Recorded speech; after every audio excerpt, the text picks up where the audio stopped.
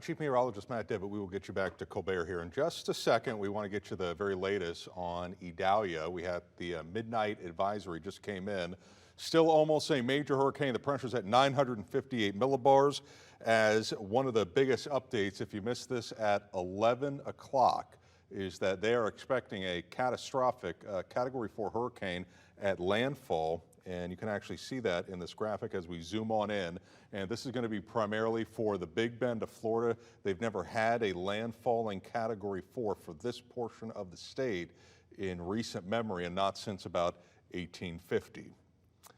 The very latest on the storm surge forecast does include the potential for 12 to 16 feet for that portion of the state. And then starting about now, folks, and all the way to sunrise, we are approaching our highest storm surge and tidal heights. So 2 to 4 feet for Sarasota, southern Sarasota, Charlotte, and Lee County, and then 1 to 3 feet is expected into Collier County. So that's basically from now and all the way towards sunrise. I do want to give you a quick check of Wink Live Doppler 3X.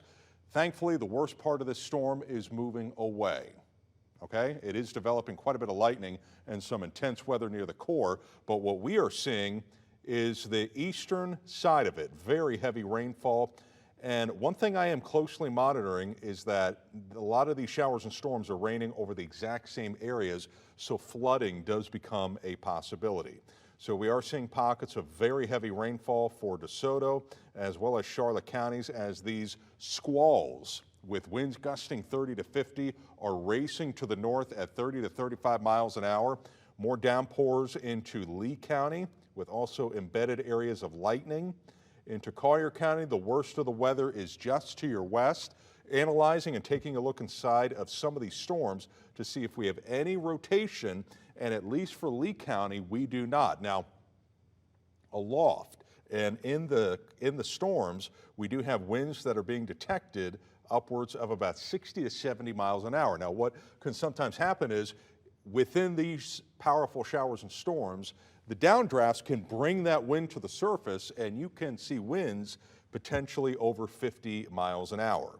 Also checking to see if we have any rotation into areas of DeSoto and Charlotte County. I will tell you, I do have a little bit. That has been indicated.